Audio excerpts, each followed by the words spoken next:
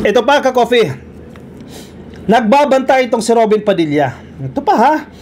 Nagbabanta siya na once daw po na may mangyari sa kalusugan ni Tatay Digong niya, ni Tatay Digong nila ng mga DDS, habang nasa kustodiya ng International Criminal Court o ng ICC. Once na may nangyaring masama, ka-coffee, magkakaroon daw po ng chaos. It will lead to chaos. Anong ibig sabihin ng chaos? Gulo. Instability. Anong gusto mo, Robin Padilla? Pakawalan si Digong. Burahin yung kaso niya dyan sa ICC. Paano yung mga biktima niya? Paano nila makukuha yung hustisya? Kung yan ang gusto mong mangyari. Judges ng ICC, ilabas nyo na si Digong dahil natatakot Baka natatakot si Robin Padilla na once na matsugi yan dyan sa loob ng inyong kustodiya, magkakaroon ng chaos. Ganun ba yon? Absuelto na lang yung kaso, burado na lang yan, joke lang pala lahat yan. Yung mahirap sa inyo, gusto nyo, favorable lagi sa inyo headline, nasa Politico. Basa nyo, ka-coffee. Mas magulo. Philippine stability at risk if Duterte's health declines in ICC detention, sabi po ni Robin Padilla. Mas magulo daw ha. Magkakaroon ng risk sa kaayusan o sa stability ng bansa once na mag-deteriorate o mag-decline o sumama pa lalo yung health condition ni Digong habang nasa ICC facility. Yan ang banta ni Robin Padilla dyan. Bakit yung normal na preso, mas matindi pa ang sakit, ka-coffee, hindi pa nabibigyan ng much attention ng mga doktor, natsuchugi na lang, saka na iuwi sa pamilya. Di kung gagawin kay Digong yan, di gawin din niya sa ibang mga preso. Diba? Walang special treatment dyan. The Philippines could face major instability if something bad happens to former President Rodrigo Duterte in The Hague, according to Senator Robin Padilla. Wow. Major instability, ladies and gentlemen. Sabi ni Robin Padilla. Sir, ikaw ba naglabas ng statement na to? Medyo malalim to Magkakaroon daw po ng malakihang instability, hindi matibay, ka-coffee. Medyo gulo. Lagyan pa natin ng medyo. Later on, tingnan natin sa statement niya. Hindi kaayusan. Gulo. Opposite ng kaayusan. Once na may masamang mangyari kay Digong dyan sa The Hague, lakas makapelikula talaga ni Robin yung sa mga pelikula niya, subukan ninyo. Once na may nangyari dyan sa kapatid ko, sa tatay ko, sa lover niya, parang malapelikula yung dialogue ni Robin dito Padilla explained that Duterte's health is tied to the nation's stability. Wow. Nakaugnay daw po yung kalusugan ni Digong sa stability o katatagan ng bansa ng Pilipinas. So kung bumagsak yung kalusugan ni Digong, babagsak ang Pilipinas dahil nakatay, ka-coffee, nakatali, nakaugnay itong kalusugan ni Digong sa stability ng bansa, given his massive influence over many Filipinos. Robin Padilla, sinong niloloko mo dyan? Sa tingin ninyo, matatakot si PBBM dyan? Sa tingin ninyo? Gagawa ng effort si PBBM dyan dahil sa banta na to ni Robin Padilla?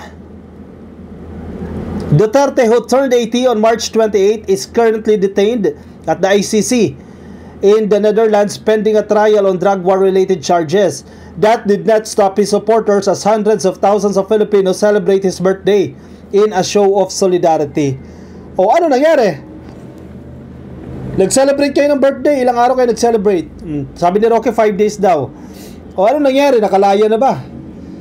Kasi you're not working strategically Palakasin ninyo yung defense ninyo. Yun yung style, yun yung technique para mailabas si Digong. Hindi yung magsisigaw kayo dyan. In fact, posible pang makasama yan. Si Digong na mismo nagsasabi, huwag kayong mangialam. Hayaan nyo sa mga abogado yan. Ano na naman to? Para sa akin, kung gusto natin talaga ng stability sa bansa natin, hindi natin dapat ito ginawa. Mr. President, PBBM, dapat hindi mo raw ginawa yan kasi pinagbibintangan nila si PBBM. Kung gusto raw natin ng stability dito sa bansa, magpresidente ka na, Robin. 2028, may impeach si Sara, di ba? Hindi ikaw na tumakbo. Di ko ma-imagine, ka-coffee. paano tayo pamumunuan ni Robin Padilla. Kasi ang PDP laban niya, hindi na mapamunuan ng maayos eh. Sabi niya, wala kaming heads eh. Ano ka, presidente ka, di ba, ng PDP laban? Hindi ko ang head. He said about Duterte's arrest and turnover to the ICC. Papaano kung may mangyari kay Mayor ngayon? Dito, di mas magulo. Nagbabanta, mas gugulo daw pag may nangyari kay Digong. Diyan sa The Hague. The Hague. ICC, matakot kayo kay Senator. Pakawalan nyo na si Digong dahil magkakagulo daw once na may nangyaring masama kay Digong. He claimed that those in power should have such foresight. Nakakatawa si Robin Padilla dito. Dapat daw magkaroon ng foresight. Those in power, sir, isa ka doon. You are in power. You are a senator of the republic. Pero ang tinutukoy niya dito si PBBM. Those in power should have such foresight and prioritize the country's interest over personal agenda. Wow! Nakakatawa si Robin Padilla dito, ka-coffee. Dapat daw may foresight. Dapat daw naiisip na yan ng those in power na ganito yung potentially ang mangyayari at dapat inisip daw yung interest ng bansa at hindi ang personal agenda. So para kay Robin Padilla, itong pagpapakulong pala kay Digong, personal agenda lang pala ito ng administrasyon. Sir, paano yung mga biktima ni Digong? Yan, personal sa kanila yan. Tinanggalan nyo ng pamilya yan eh. Tinukhang ninyo eh. 30,000 tinukhang ninyo eh. Personal ba yan? Kay PBBM? Pamimersonal ba ni PBBM yan? Hindi yan pamimersonal. Hustisya to. Robin Padilla, you are a senator, di ba? Nakakahiya. He argued that when it comes to the national security, Duterte's health and survival must be the foremost concern. National security concern na ang kalusugan ni Digong. Sino ba advisor nito? Ni Robin Padilla. Nakakatawa. Again, hindi tayo matalino pero nakakatawa to, ka-coffee. Dapat priority pala ang kalusugan ni Digong kasi sa itong banta sa national security. In short, chaos nga. Magkakagulo nga. Duterte's health and survival must be the foremost concern. Wala na kayong ibang iisipin, ha? Survival lang ni Digong. Yan ang gusto niya palabasin dyan. Kasi natin ngayon, nakita natin ang impact ni Mayor sa mga tao. Igagamble ba natin na sabihin natin, okay naman, hospital doon, alagaan nila. Papaano kung may mangyari? Mahahandle ba natin? Yan ang mga tanong. Definitely yes. Kaya ng mga doktor yan dyan sa ICC. Matanda na siya, 80 na siya eh. Kung ano mangyari, ano magagawa natin? Kung kaloob pa ng Diyos yun, ano magagawa natin?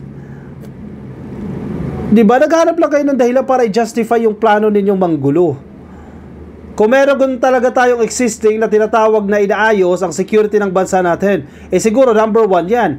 Ang iisipin natin ngayon ang health and survival ni Mayor.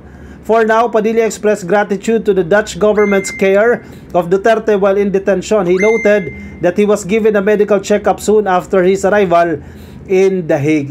Diba? Sa'yo na mismo nang galing yan eh. Nabigyan ng medical attention agad-agad eh. Once na dumating siya dyan sa The Hague eh. The senator remained concerned about Duterte's health, especially since he is not in the Philippines. Sa treatment kay Mayor, walang reklamo, mabait ang Dutch government. Swerte nyo. Kung dito sa Pilipinas siya, baka manlaban pa yan, di ba? Swerte nyo, nandiyan sa The Hague yan. Ang realidad, wala ka sa bansa mo. Kahit sabihin mong first class alaga, iba pa rin na ikaw ang nasa bansa mo. Kahit sabihin na ang kulungan, panahon ni Milosevic, sabi, nagkamali ng gamot, nakakatakot, he added. At least binigyan siya ng chance. Yung mga tinukhang, binigyan ba ng chance? Binigyan ba ng due process? Hindi, di ba? He was referring to former Serbian President Slobodan Milosevic, who died of a heart attack in his cell near the tribunal in The Hague, Netherlands in 2006 while awaiting trial for his case. Anong takeaway natin dito, ka-coffee? Ang gustong mangyari ni Robin Padilla, mag-concede ang gobyerno ni PBBM. Anong gagawa ni PBBM dyan? Ang kaso nasa ICC na. Gusto ni Robin Padilla matakot si PBBM dahil national security concern. Itong kalusugan ni Digong na once nangyari kay Digong, kung mamatay man yan ka-coffee, national concern yan. National concern yun. Sa DDS siguro, national concern ba yun? Basta banta sa seguridad natin yan. Kaya dapat i-consider agad. Number 1 priority daw dapat yan. Mr. President, iuwi mo na dito si Digong. Yan ang gusto niya palabasin or else magkakaroon ng chaos, magkakagulo. Hay nako, Robin Padilla, senador ka ng Pilipinas. Hindi ka tauhan ni Digong. Pasahod ka ng gobyerno ng Pilipinas. Senador ka eh. Hindi ka pasahod ni Digong. Siyempre, bukod yun, of course. Nung ikaw alam mo na, ayaw ka na mag-talk. Sana ma-realize nyo yan, ka-coffee. Sana yung close kay Robin Padilla, ma-advisean nyo yan. Siya ang head ng PDP laban. Di ba? Kung tutusin, siya na yung tatay. Siya na yung bago yung tatay ng mga DDS. Kasi siya ang presidente ng PDP laban eh. Yan ang political party ninyo eh. Ng mga DDS eh. Diba? Mag-strategize kayo. Diba? Yun ang tawagin nyo, Tatay Robin. Next tatay nyo na yan. O Tito. Sige, Tito Robin na kasi may Tatay Digong na kayo. Tito Robin. Tulungan nyo magplano. Diba? Tulungan nyo magplano kasi nahalata eh. Kayo, anong napansin nyo ka-coffee? Sige, komento ang inyong opinion, ang inyong reaction dyan sa ating comment section para mabasa po yan ng iba nating mga ka-coffee.